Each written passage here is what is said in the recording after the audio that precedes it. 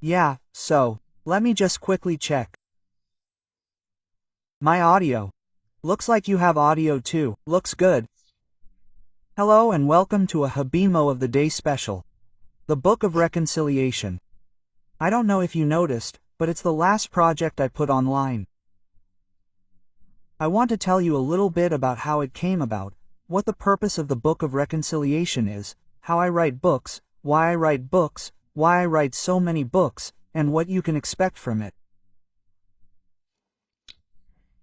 I believe that if we understand what I'm trying to discuss with you today, we have a good chance of making a difference in the world.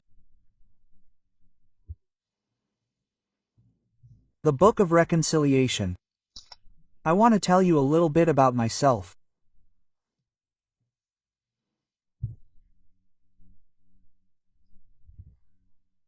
The Book of Reconciliation is a project that has been slumbering inside me for a long time, and you remember, I told you that I would actually like to be able to go into the secret archives of the Vatican and read about how the world really was and what went wrong there and what the truth is about Jesus, Buddha, Muhammad, whoever, that everything is probably in there.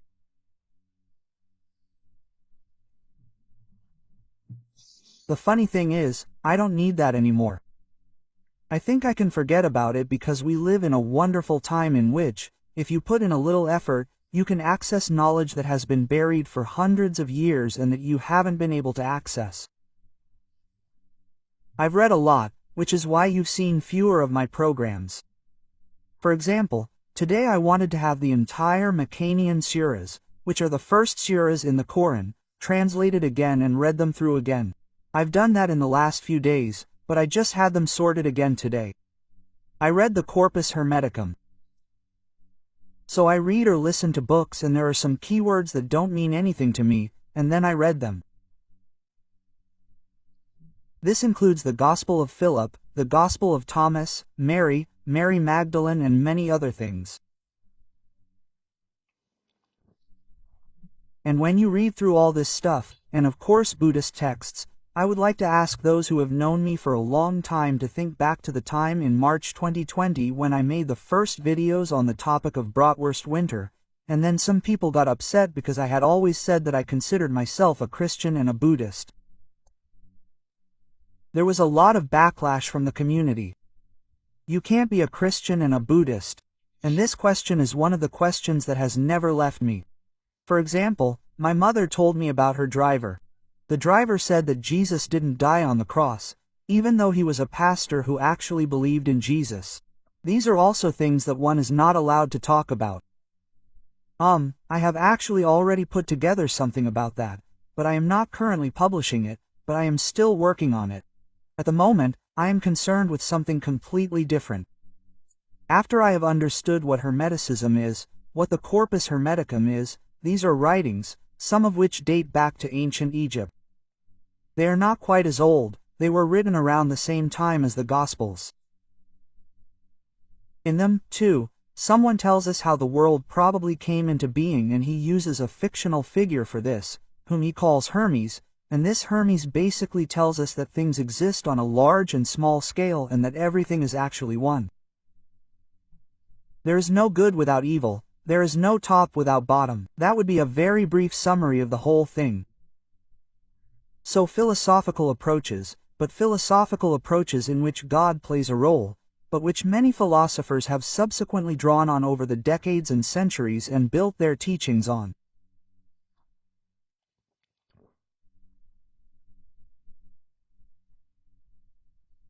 If you take a closer look at Buddhism, the Vedas, Christianity, and especially Islam, and leave aside everything that has been added by states and institutions, you will suddenly find a lowest common denominator. And this lowest common denominator is incredibly dangerous. For people who like to have power and want to retain power, because divide and rule did not start with Corona, and divide and rule began very early on. Jesus never wanted to found a church. Jesus never wanted to found a new religious community, and he certainly would not have agreed to the church charging money for its services. Quite the opposite, he rejected that. There were passages in the Bible, Romans chapter 13 being the best known, from which it is deduced that a Christian should obey and honor the corresponding kings or emperors accordingly. The whole thing was then attributed to Paul, but you have to know that Paul was a persecuted person at that time, and he was someone who was ultimately killed by those in power. He was by no means someone who had completed his work in harmony with the Roman Empire, but he was someone who was a true revolutionary, a libertarian, an insurgent, someone who said, "I accept no king except God or Jesus, and I do not accept your form of rule." And then there is the famous story of Jesus.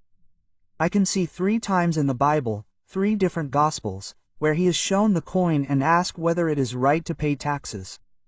And then Jesus is supposed to have said, "Yes, what is on the coin?" And then he says, "The emperor." "Yes, then give to Caesar what is Caesar's." To take a fresh look at such texts, I started with the Gospel of Thomas and noticed, or rather, with the Apocalypse, that many things are actually written differently in the original versions than they have been translated into many translations up to the present day.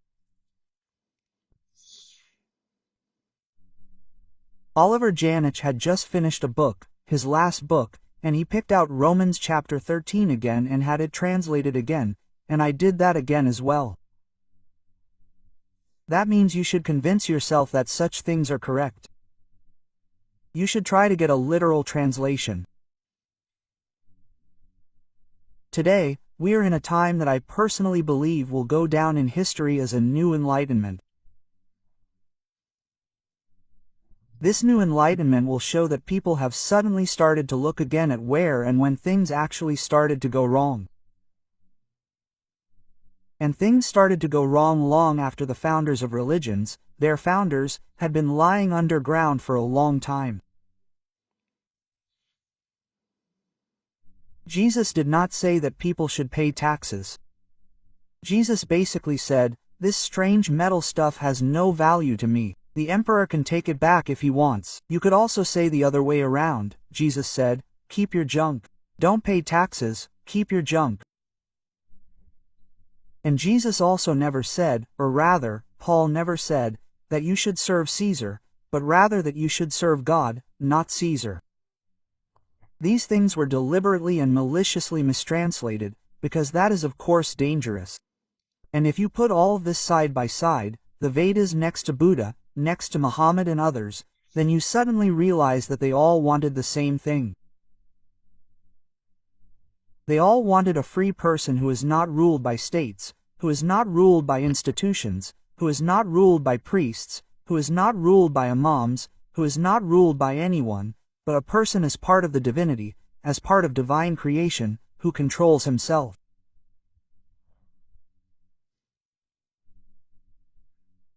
And now let's think about this further into the future on this beautiful Sunday, November 16, 2025. Let's imagine that religious societies or communities would actually sit down and take a completely neutral approach and look at their own scriptures.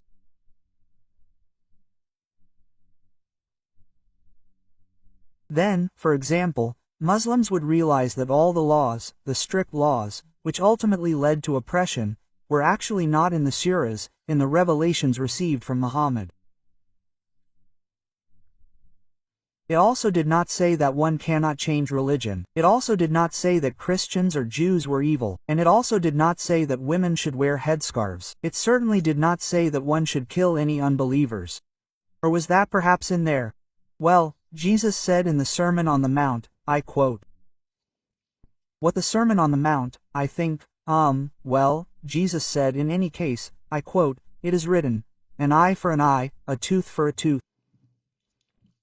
That's all there was in it. There was more in there, because, strangely enough, everyone knows that. Everyone knows what was in it after that. It said that if someone slaps you on the right cheek, then turn the other cheek as well, and everyone knows that the surahs say, kill unbelievers. But who among you, including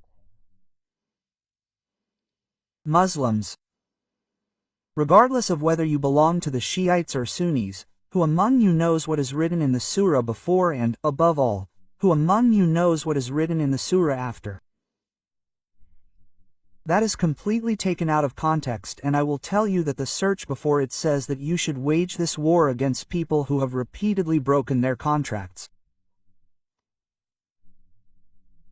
And the search after it says, and if one of these unbelievers asks you for protection and help, then give him shelter and take care of him. That sounds completely different, not quite as sword-like. Jesus also said, I have not come to bring peace, I have come to bring sword and fire. Now Jesus was ultimately a warmonger. I have attempted something in this book and I hope I have succeeded.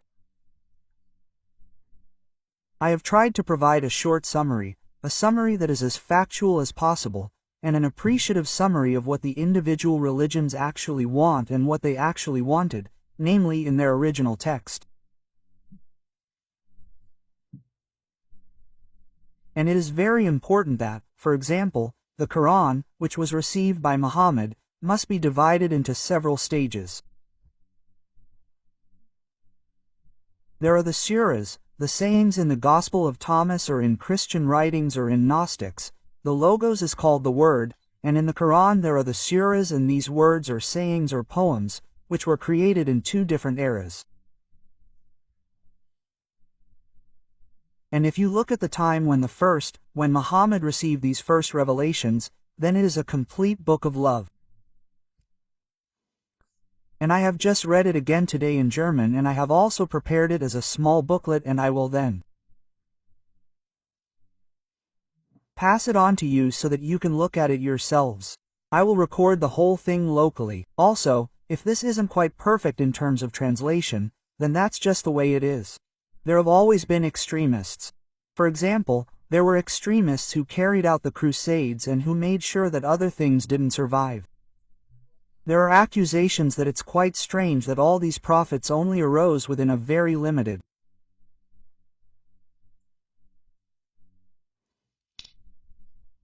radius, that all these revelations were actually only there, and, that's also something I've devoted a little bit of time to, and that's also a false statement.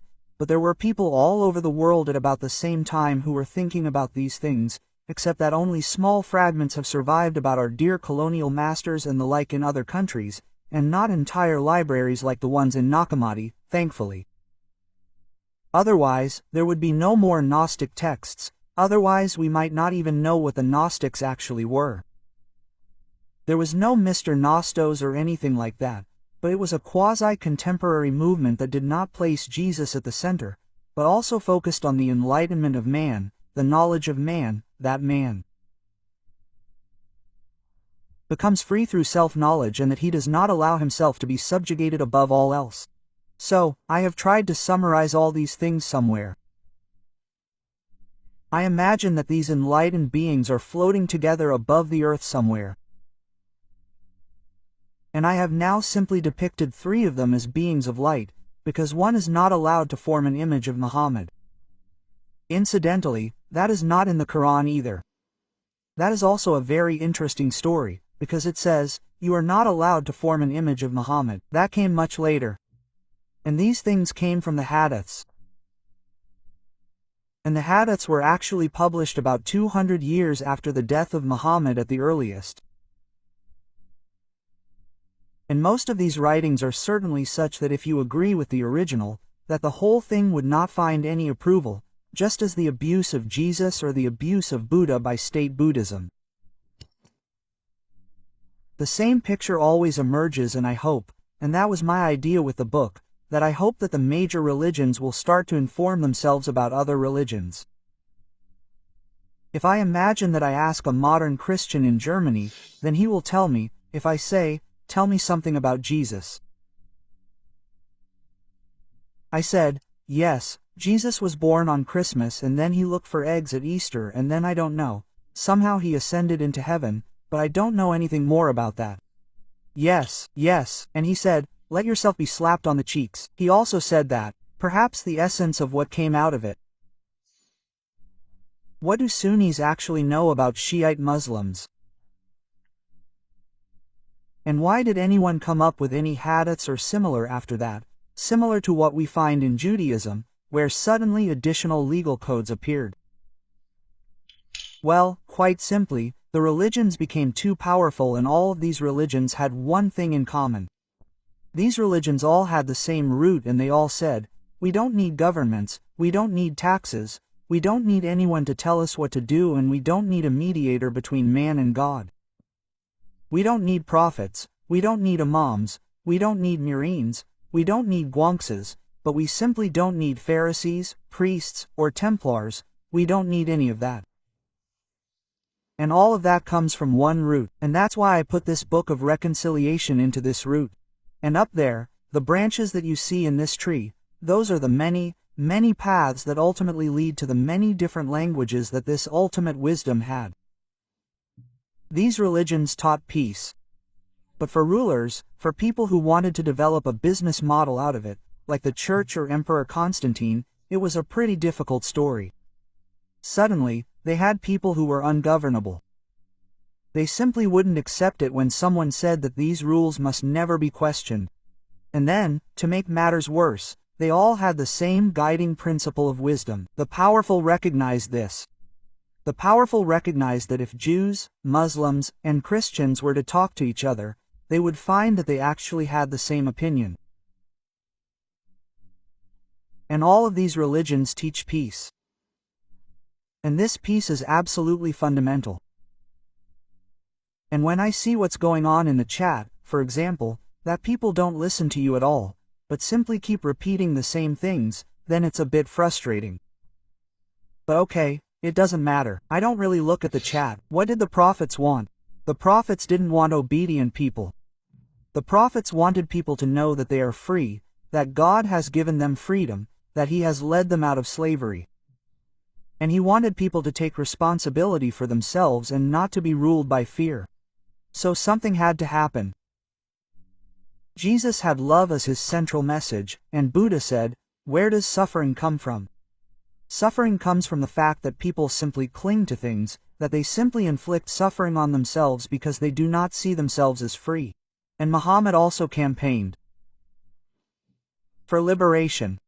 He made incredible progress for women. It is not the case that Muhammad began to oppress women. Quite the opposite is the case. Muhammad gave women the right to inherit. Muhammad talked to women about faith.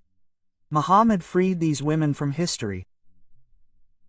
All of this was done later by caliphs, by people who thought they were allowed to continue speaking in Muhammad's name.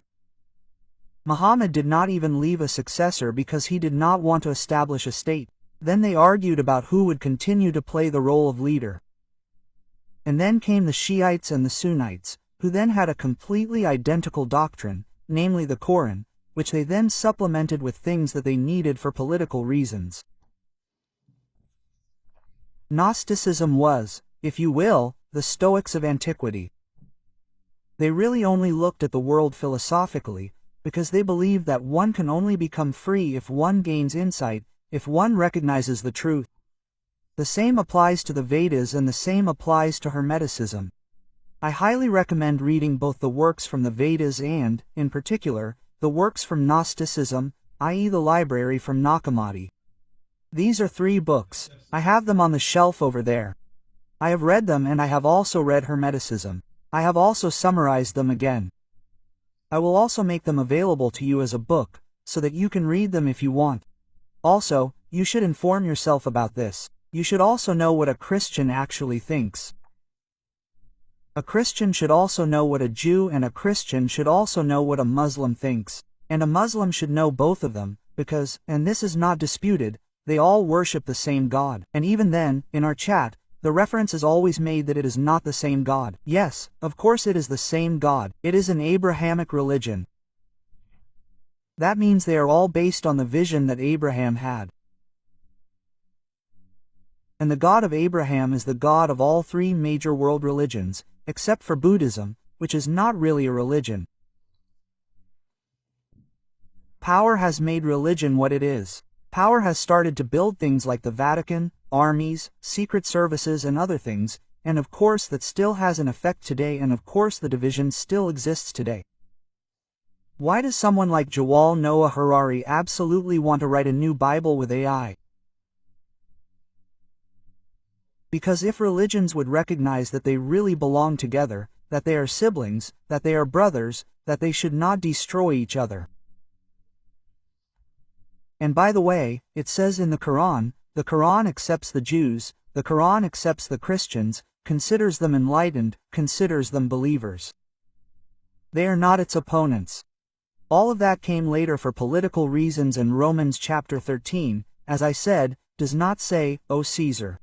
It is simply a completely wrong translation, and I will show you this translation in the book, and you can read it in the book so that the whole thing is not just an assertion. And I will also show you the one-to-one translation of what Jesus said when he was asked if he wanted to pay taxes. He basically said, "Keep your dirt, we don't need your money." That is exactly what we as free thinkers, as free-thinking people, have increasingly come to realize in recent years, that through a false illusion, this money, this fiat money, is an additional increase, that we are only being made dependent by it, which in the end is only used against us. Money has become a pure instrument of power. Yes, how do you try to take action against unpopular parties or against unpopular freethinkers? You take away their accounts, you take away their money, and that is usually a good way to control them. Jesus, on the other hand, expressly forbade his disciples to accept any coins. He said, "You are not allowed to do that, you are not to carry them in your purse." And he also said, "When you proclaim my word, do not accept any money for it." In other words, Jesus completely rejected what the Catholic Church did later and still does today. If you, as a believer in the Catholic Church, lose a loved one and want them to be remembered again, for a Mass to be said somewhere next Sunday, so that their name is mentioned again, then you have to pay money for it. That is in complete contrast to what is happening here. Where can I order the books? Nice question in the chat. Just a moment. At the moment, you can only find the Book of Reconciliation on Amazon. I put it in because Amazon delivers the items much faster. That means it will be freshly printed for you and you will have the thing, as you can see now, within 3 days. So, if you were to order it today, it would be in your mailbox within 3 days. We no longer have the problem of all the delays that occur when ordering via America. And you can get this book there. You can even read it for free. So here I have the opportunity for you, as an author, to offer this book for free reading in the first few weeks. Also, if you have Kindle Unlimited, you can also order this book for free from Amazon. Simply the Book of Reconciliation. There is only one such name, or as Suzanne says in the chat, bodo-book.de. Jesus recognized that money had become an instrument of power and that people were being oppressed with it, and he said, "You can keep your junk." And that's why he took such extreme action against the money changers in the temple, who did nothing more than exchange money that came from different countries for shopping at the market. That is, similar to how you would exchange euros for dollars or Tanzanian shillings today. Jesus didn't want that. Instead, Jesus wanted people to talk to each other or help each other. I don't know whether that would ultimately work without money. It doesn't really matter. What does matter is that you understand what Jesus actually said in his words. And the same applies here with Islam.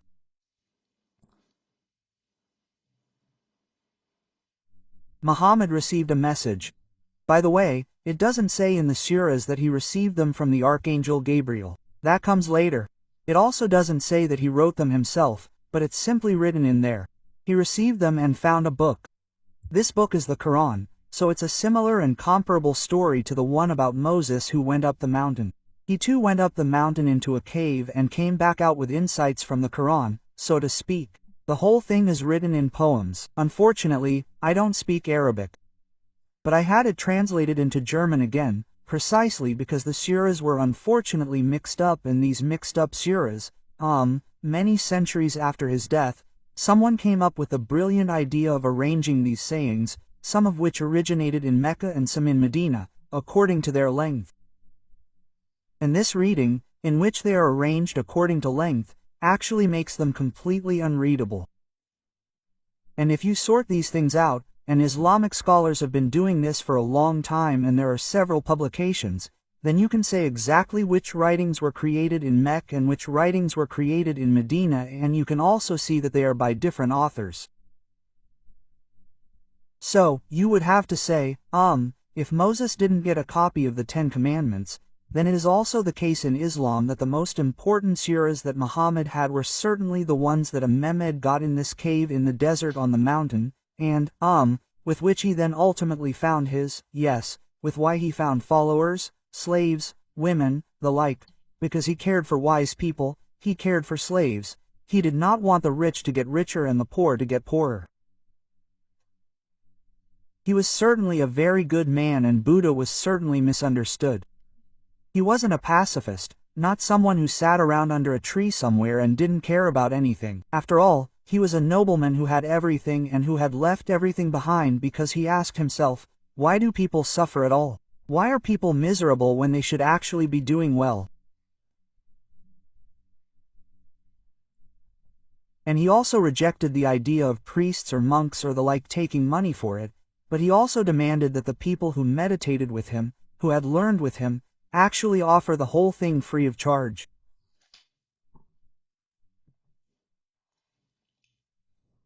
Judaism is also very important to take a fresh look at. Look. In my book, if we take another look at the table of contents, you will see that the whole thing is structured as follows. You can see chapter 1 over here, which deals with religion as an original unity, and then it deals with the mechanisms behind it. Then comes Moses, then Judaism, and then you can see how the whole thing came into being. It is not a religion in the modern sense, but rather a way of living together among people, which is based on dogmas, i.e. laws, but it is not a rigid legal concept, and it is also not an exclusive covenant. So, one could definitely join or leave. Incidentally, the Quran does not contain the same thing in the case of Muhammad, that people who renounce the Muslim faith are doomed to death. It is not in there. Abraham, the first person to hear the voice of God, did not want to found a religion. Judaism is a living path over thousands of years. You see how the whole thing is structured. My point is not to say that one message is better and the other message is worse, just not that religion is better or worse, but rather, in an astonishing way, one can see how closely these religions belong together and how wonderful it would be if these brothers and sisters who follow their different religions would recognize that other people who are believers are actually just as valuable as they are, and that they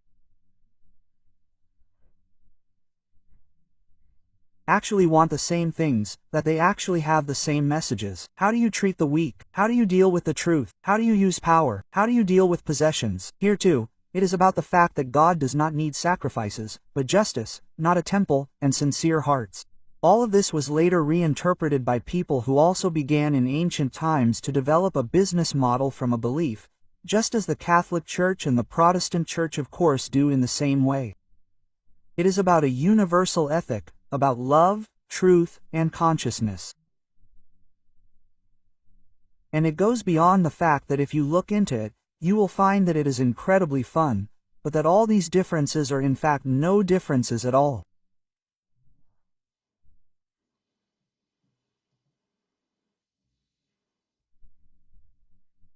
But to do that, we have to go back to the origin, to the real origin, to the extent that, for example, Muslims are also prepared to consider, and this is difficult, whether the mistake does not already lie in the fact that there are Shiites and Sunnis who have a different view of the Quran. But how can they have a different view of the Quran when the Quran is the holiest of books for people who follow Muhammad? And of course, that also starts with the respective church. And when you then find out that there was a deliberate mistranslation here in the Protestant and Catholic and other churches, and that it is still being translated incorrectly because the Bible is still being adapted to suit what is needed, and when politics begins to incorporate religion, and then, for example, a caste system emerges in the Vedas, which is not in the Vedas, then the rich say, yes, yes, God said, okay, we are better because we are richer. The hadiths are written here, it is in the hadiths, and for Muslims, the hadith is just like the Quran. No, that is not all the law, but it was created many hundreds of years later. And even Muslim religious scholars say that probably 95 to 98% of the hadiths are manipulations that did not actually come from any holy people. And I said, that can hurt. This can hurt a Christian, a Muslim and others, but we need to go back to the roots, because only if we can do this back to the roots will we recognize that we are not on different sides, but that we all stand in one tradition. And we, the searching people who have noticed in recent years or even before that something is wrong in the world, will recognize where and when that happened, and we will take the Holy Scriptures back as Holy Scriptures and restore them to their original form, and everything that was later changed by politics, by caliphs and others, simply relegating them to where they actually belong, namely in the dustbins of history.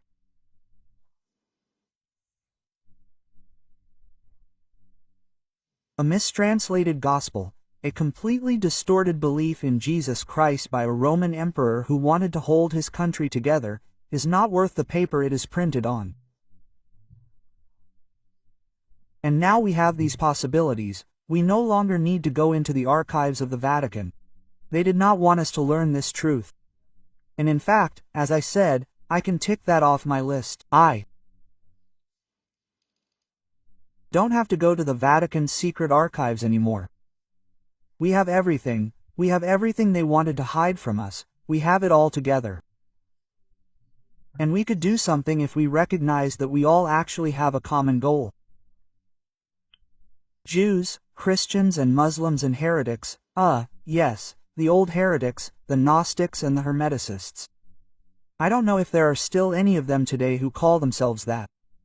Probably not, but it is incredibly important to read such writings and to engage with them, and it is also very enjoyable to engage with them, because in my opinion it broadens one's personal horizons enormously.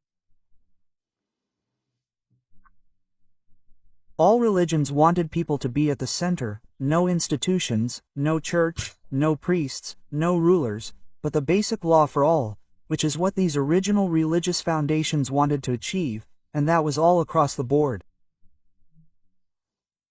Be it Buddha as the first, Jesus as the second, and Muhammad as the third, the 500-year succession is, so to speak, all about 500 years apart. Well, the first was Muhammad, 500 years later came Jesus Christ, 500 years later, 600 years later Muhammad finally came. And they all tried to take up the same thing again and had actually gained the same insights and wanted to put people at the center. You could say they are libertarians, without being prepared, as you can see in the esteem, to reconciliation with the church 0%, government 0%. That is exactly what the governments want. But now let's imagine that we suddenly start to understand Muslims. And I don't mean people who come to Germany, constantly misuse the name of Allah, of God, and then go around the country murdering, pillaging and raping. Those are not Muslims. When I look at the great conversations I have with my friend Javis Osegas, for example, a Shiite from whom I have learned a great deal about this, he has no problem with me being a Christian, and he has no problem with the fact that there are devout Jews, not Zionists, Jews. But to do that, you have to be prepared to step out of your comfort zone. To do that, you should start with yourself first, and in doing so, you should first look at how your own faith works. For example, right now, it always comes to mind. Jesus Christ the Redeemer was performed as a play by Klaus Kinski on November 20, 1971. It is incredibly impressive.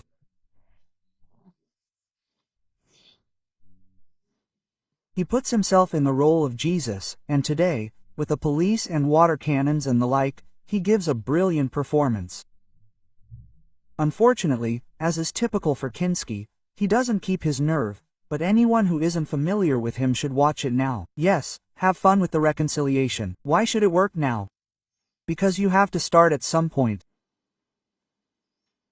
Because you have to start at some point. And that's what Jesus did. And that's what Muhammad did. And that's what Buddha did.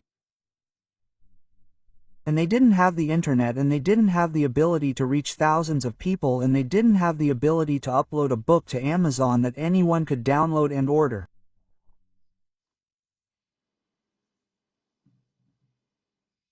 I feel sorry for the hopeless people here in the chat. I'm glad I'm not showing them. And we feel sorry for these people who are trapped in their personal hatred. They would benefit the most from, for example, studying Buddha, because what the people who are currently expressing themselves in the chat on YouTube are suffering from are things that Buddha really enjoyed and from which we can gain a lot of wisdom. I'm not going to go into that now because it doesn't make sense, because it would only make sense if you decided for yourself to stop dividing, because the state won't do it. The leaders of the religions won't do it.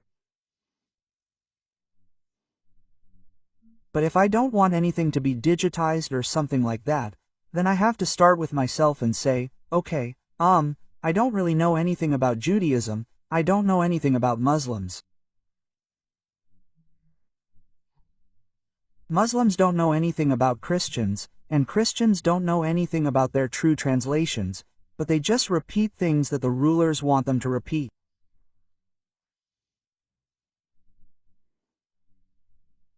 If I succeed in getting a certain number of people to do that, then divide and rule will come to an end, which began thousands of years ago, 2,500 years ago, with Buddha, when state Buddhism thought we had to neutralize the guy because this whole idea that people are free doesn't fit at all. We want to keep playing the role of ruler. When divide and rule ends, the power of the elites ends. And we can do that in an elegant way, because we don't even need religions for that. We can just as well use philosophies, and that ultimately includes the Hermeticists and many other things. The Stoics are also basically part of it. We also have the opportunity to take away their power with a new tool if we are willing to get to know ourselves, our history, and our religion better.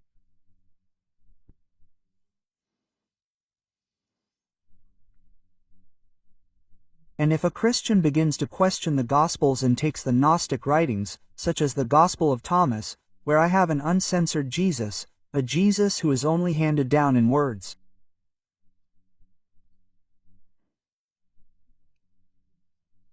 And if I take the trouble and take the surahs in the Quran and arrange them in chronological order, others have already done that for you.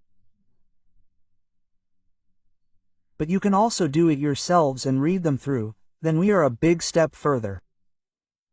Then a diet has just as little effect as oh, how hot is that thing at the gate? The Talmud has just as little effect as the Talmud.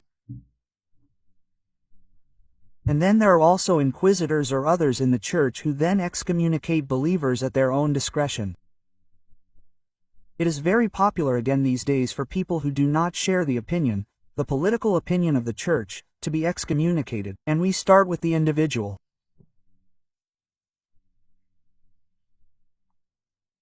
Then we have what I hope that I have succeeded in providing a way with this book beyond institutions to provide people with a way to quickly get information, because it is not religions that divide us, but the powerful who fear that religions will do what their founders actually intended.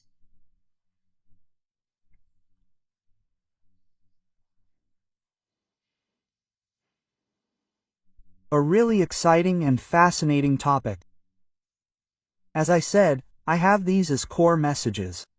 I have tried to put Judaism, Christianity, Islam, Hermeticism, Gnosticism and so on side by side, to try to summarize everything as objectively as possible. Buddhism, similar, in order to then see what actually went wrong. When did the whole thing go smoothly? When did it go wrong? How can we possibly change that? What do they have in common?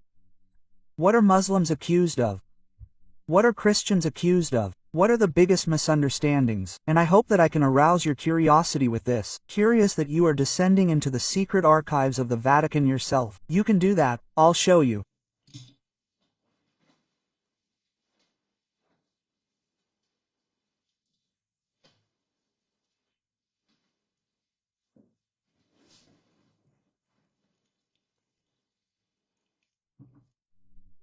Books like my Book of Reconciliation are the books that no one wants to read.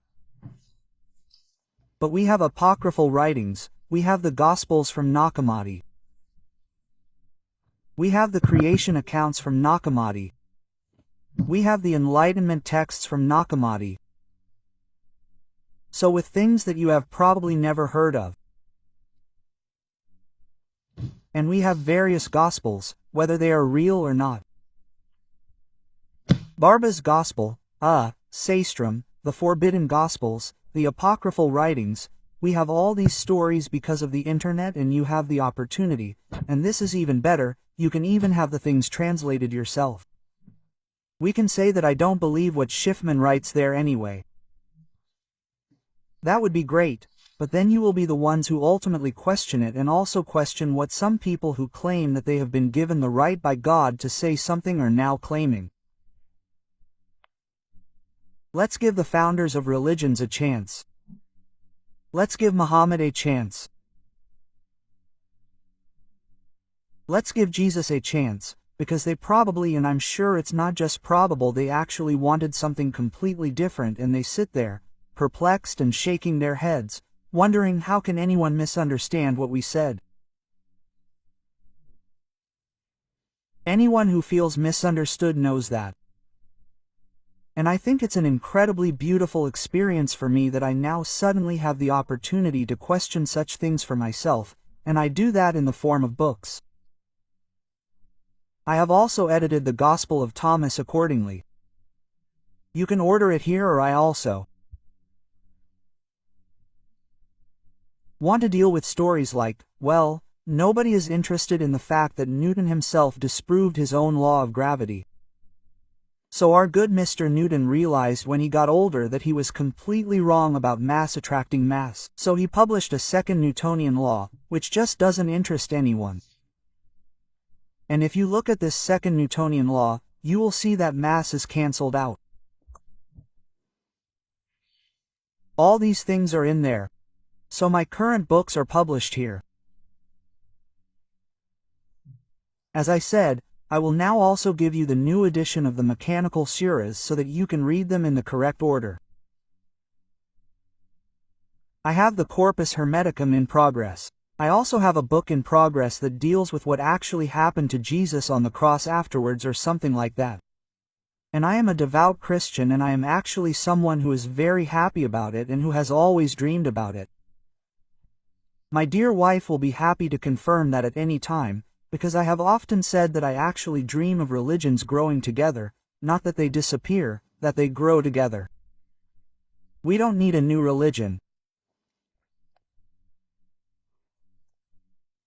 We have good religions, and we have good ideas in religions, and we have bad people who have simply taken the whole thing for selfish reasons and destroyed the words of Jesus, the words of Muhammad, of Buddha, and of many others that should not be heard. And it is time that people finally hear these things and that you can pass something on about them. So once again, that is the idea. It is available as an ebook, as a paperback, as a hardcover, and you can order it within 3 days with free delivery anywhere in the world, and I would be very happy if you could distribute it a little.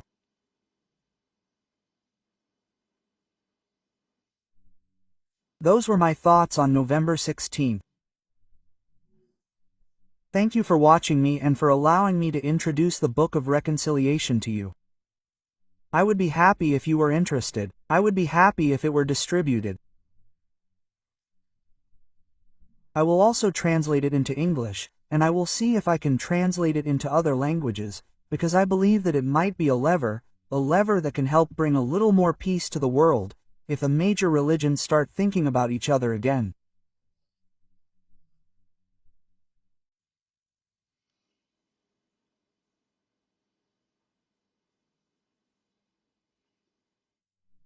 And talking to each other, or celebrating together, or praying together, because that actually went quite well, because the major religions all have the same God.